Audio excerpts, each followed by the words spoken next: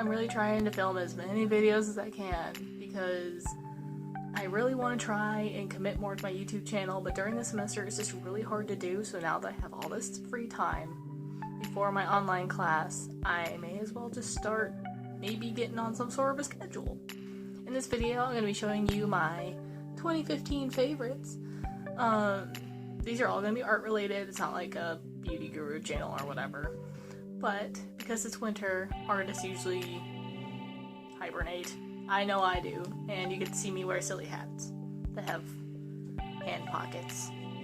Because why not? Spoiler alert over here. I guess I'll just get started with my favorites. So my first favorite is the Staedtler drafting pencil. You can see Staedtler drafting pencil. It has a really hard lead. Like, I think I've clicked this once and I've had it for over a year. So this is probably always going to be my favorite pencil to sketch with, just because since it's a drafting pencil, it's not very dark and it's very easy to erase unless you press like super hard with it, which you don't even really have to. It's usually for heavy-handed people. I'm not that heavy-handed, but I tend to be whenever I'm like focusing and I'm going really fast. So this is really good for heavy-handed people and for sketching because it's super light and you can pick it up right away.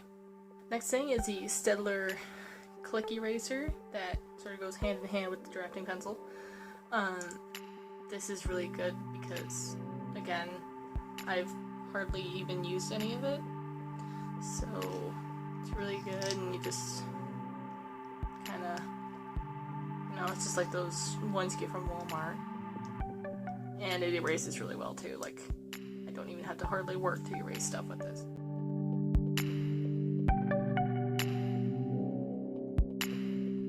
Next thing on my list is another small thing, but it has helped me throughout this year.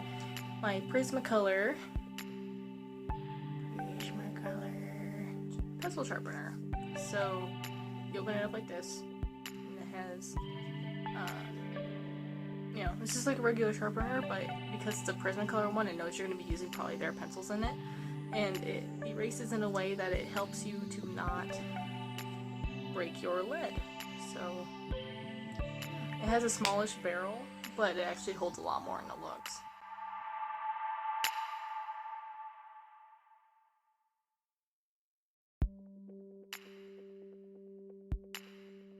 Next thing on my list is probably Crayola colored pencils.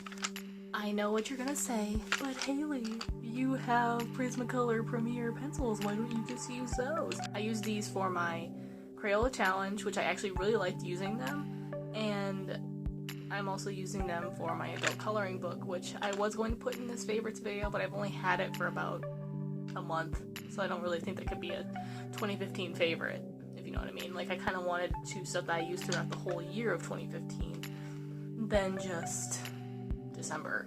If I was going to do December favorites, yeah, but I think I'm just going to do these yearly because doing them monthly would probably get a little repetitive. Acrylic colored pencils are actually one of probably the best cheap colored pencils you could probably get. Prismacolors are always probably going to be my favorite colored pencil, but these are definitely my favorite cheap one. I mean, they're waxy, so it kind of helps with the blending process, and they're like actually pretty good quality for being school material that you can get at like Walmart for less than $5. So if I had to switch from Prismacolor to any other colored pencil, it would probably be these.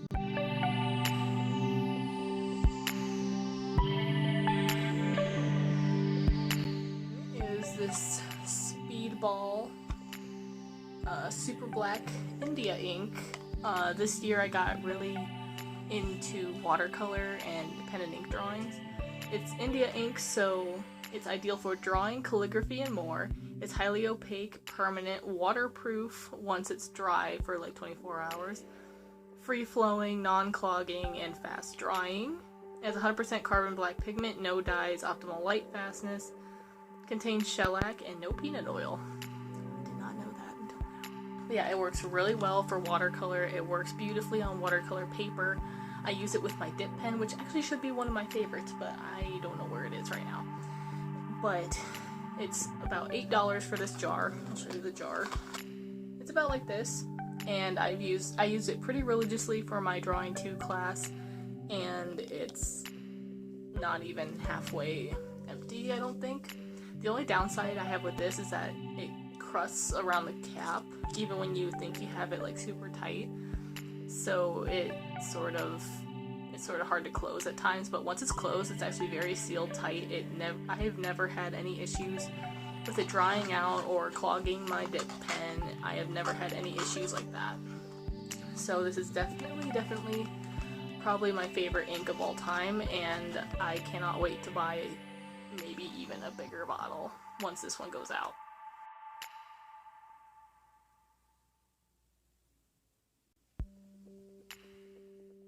Going with the India ink, I have my set of, I don't know if you can see that, Van Gogh watercolors. This is, again, a set I had to buy for my Drawing 2 class. It comes with all these colors, and it came with a handy little brush that actually, this is dangerous, it's gonna fall. It actually comes apart, and it actually came like this, and I had no idea like what it was when I bought it. I never really used this brush, so I don't care if the bristles get messed up, but it actually came like this. And I was like, what even is this? And then like I just pulled it apart super easily, and I'm like, oh, it came with a brush, yay! And then it also came with this little spongy thing I have yet to use. So, sponge. Colors it comes with are Yellow Ochre, Ultramarine Deep, Azo Yellow Medium, Permanent Red Light, Viridian, Burnt Sienna, Permanent Green, Cobalt Blue, Payne's Gray, which I actually really like to use, Madder Lake Deep, Chinese White, and Permanent Lemon Yellow. So it comes with a whole rainbow of colors, and with watercolors, one drop can last you so long, so having just this set actually really helped me get into it, because a lot of these colors I haven't even used before. But I do like the Permanent Green, Permanent Lemon Yellow, Madder Lake Deep, Payne's Gray, Viridian, and the Cobalt Blue. So those are all of my favorite colors to use from this set. I haven't used a lot of these colors down here. I mean, obviously they were in rainbow order when they came, but they spill more times than not in my tackle box whenever I had to take this every day to school. So the case is really nice. It opens really easily. Like, I didn't even press the button and it opened. So if you're gonna get this, have it in like a spot where you can just like keep it and then like be careful when like you open it, and just be aware that it can be easy to open.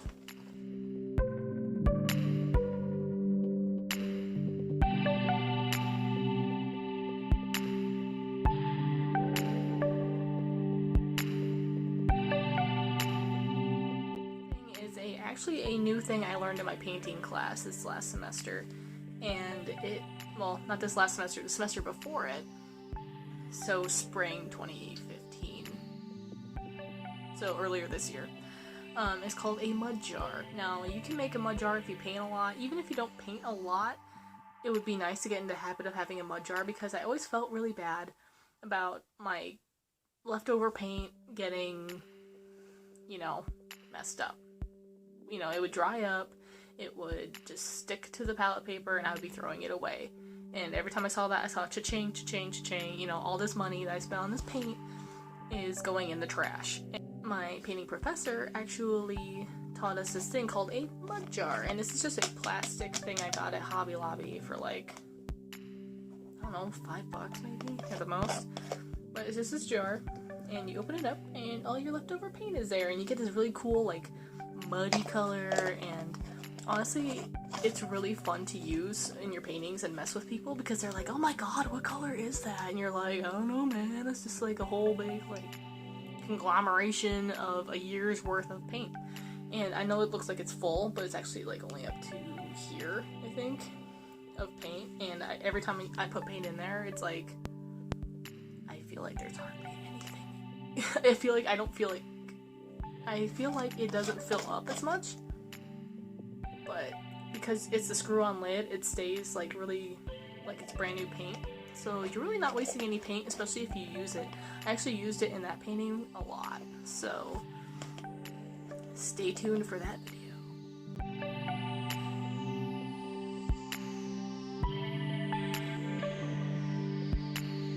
The watercolor item is watercolor paper. This paper is awesome for watercolor. I have 3 pads of this size and 1 of a bigger size. This is the 9 by 12, and then my other one is 11 by 14, I believe. So I really like this paper. It's a good weight. It's 140 pound by Strathmore, and it's the watercolor paper. So if you are a watercolorist or you want to get into watercolor artist, here we go. This is really good paper. You probably can't see it, but it has a really good tooth. And it's really nice to work on. I really enjoy working on it. Honestly, it's really thick, if you can hear, see, tell, whatever. I dropped. Yeah, overall, it's just a really nice paper, especially if you're a beginner. I don't like spending a ton on paper, even though most paper pads are actually pretty expensive. I usually don't like spending a lot of money, and if you go to Michael's, I think I got the 3 pads of this whenever it was like buy 3 for the price of 1 or something. They have that thing going on now all the time. Whenever that comes around, I always go and see, because I have this whole closet back here full of canvases that I have yet to paint on, and I have 2 canvases over here that I have to paint on, and it's bad. Okay, it's bad. Or if you go to the Dick Blick in Galesburg, they have the big warehouse that has a bunch of damaged items. Like, it could literally have like a bent corner like this. It could literally have a bent corner like that, and they'll mark it down to like 50 cents. It's ridiculous. So it's actually a really good deal for most of these, especially if you go to a bargain place. But yeah, I would definitely suggest this Strathmore watercolor paper, the 140 pound, because I like to layer mine a lot. If you don't like to layer yours, I guess you don't really need it, but I do, so I like it.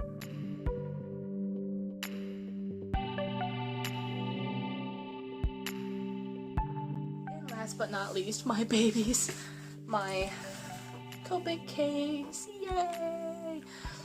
This Copic case has been such a lifesaver, I kid you not.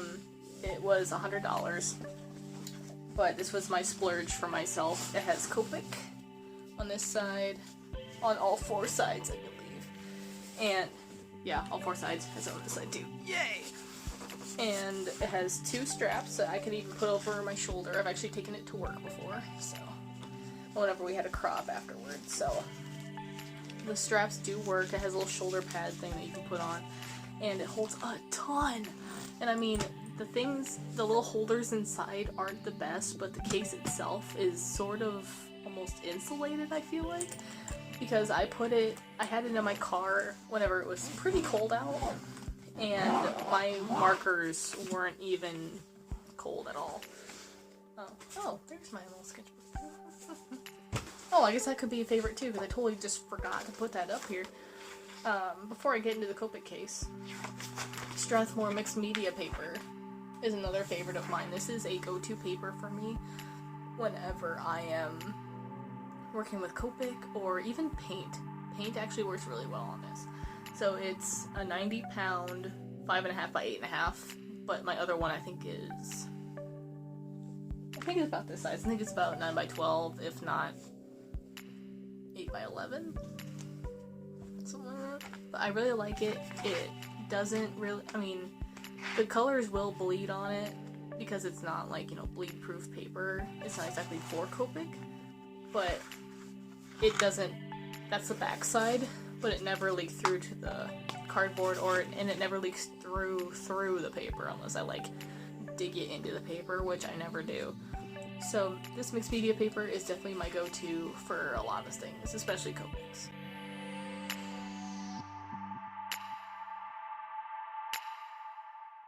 Moving on to the case, this is my Copic case. Holds all my wonderful Copics in it, which are a favorite in itself. Copics are definitely my go-to media now. Medium.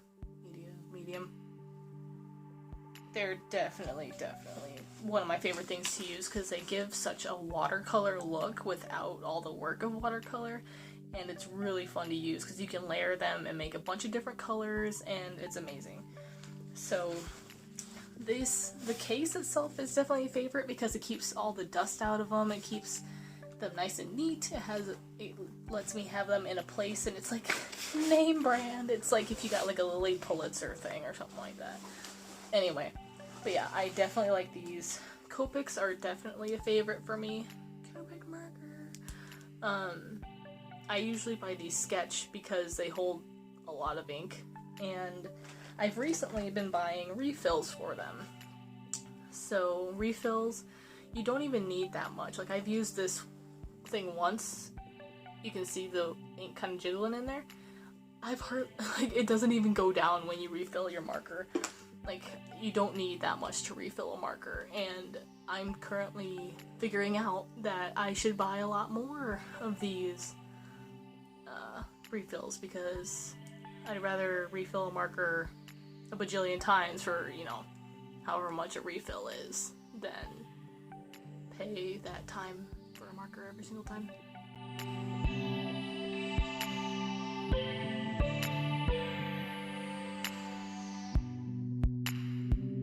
This is actually something I got from Shauna. It's a Sakura Jelly Roll white gel pen sort of thing. It writes so smooth, and it is just, it's amazing for adding highlights or fixing areas. You know, if you need a white area and you accidentally go over the line, you can roll this over it and it just totally takes care of it. It doesn't even look like it was ever there. So Sakura Jelly Roll pen is definitely a favorite.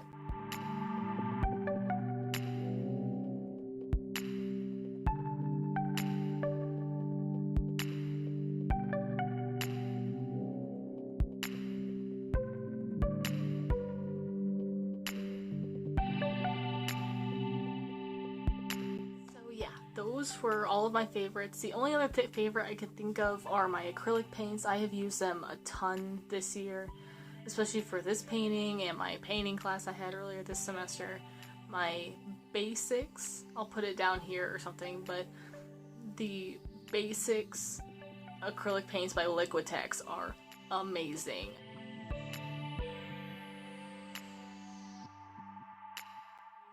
Love them. They're super cheap. You can get them anywhere. I used to get them at Hobby Lobby for $5 for the smaller ones, and then for the big one, which I usually only get my white in, I think it's like $9.99, but I have used the crap out of that white and it still feels full. So there's a lot more paint than you think are in those tubes, and it's amazing, especially if you paint a lot. And, you know, don't forget about your mud jar, because your mud jar is amazing, and don't hate on it because it's actually a really good idea and you should totally do it. So anyway, that is my 2015 favorites. I hope you enjoyed. I have not done a favorites video before, so I hopefully hit it on the head. Nail? How does that saying go? Anyway, I hope I did a good job because I don't really see that many art favorite things. You know, I always see the beauty gurus doing all their favorites videos, but you don't really see artists doing it. So I think it's a cool tradition that should be started if it hasn't started already and I'm just really naive and I don't know about it. This idea actually helped to get started by my friend Chrissy. She's going to do a 2015 favorites video, but she's starting her new beauty channel, so you should totally go visit her. Maybe I'll put something right here. I'll put her username so you can go look her up because she's awesome. Oh, I'm trying to do thumbs up and pandas don't have thumbs. Thumbs up, raise the roof. Those are all my favorites. I'll have links below so that you can find out where you can find them at. I'll probably just go on Amazon or something and find them. The Amazon usually has pretty good deals.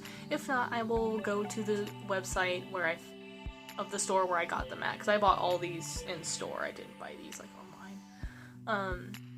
But yeah, I'll put links in the description so you can find them, and hopefully you can give them a try. Let me know if you try them because I love them, and if I love them, I think a lot of beginners or even like experts, veteran artists would even like them and enjoy using them, because I know I do, and I've been doing art for quite a while. So I hope you enjoyed for the last time, and I will see you guys in the next video. Bye!